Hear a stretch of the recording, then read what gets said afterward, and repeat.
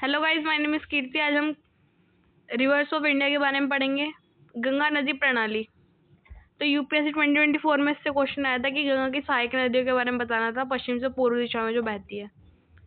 तो वो सब है यमुना, रामगंगा, गोमती, घाघरा, गंडक, बूढ़ी गंडक, कोसी, महानंदा। अब मुख्य वितरिका क्या है? तो हुगली है, और ये सबसे बड़ा अपवाह तंत्र बनाता है। मतलब सहायक नदी और वितरिका से मिलकर अपवाह तंत्र बनाता है ये सबसे बड़ा। और प्रवाह क्षेत्र क्या है? भारत और बांग्लादेश, दो देशों से होकर बहती है ये।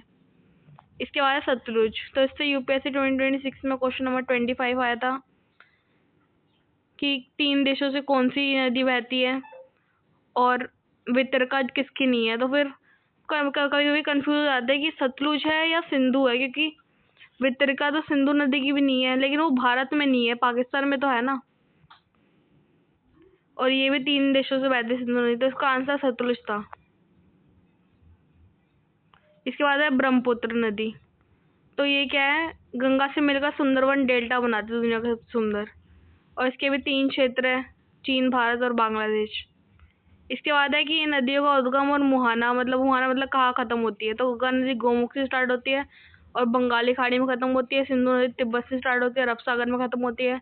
सतलुज राजस्थान से शुरू होती है, सिंधु नदी में खत्म होती है। ब्रह्मपुत्र तिब्बत से शुरू होती है और बंगाली खाड़ी में खत्म होती है। Thank you guys, like share subscribe channel, comment next.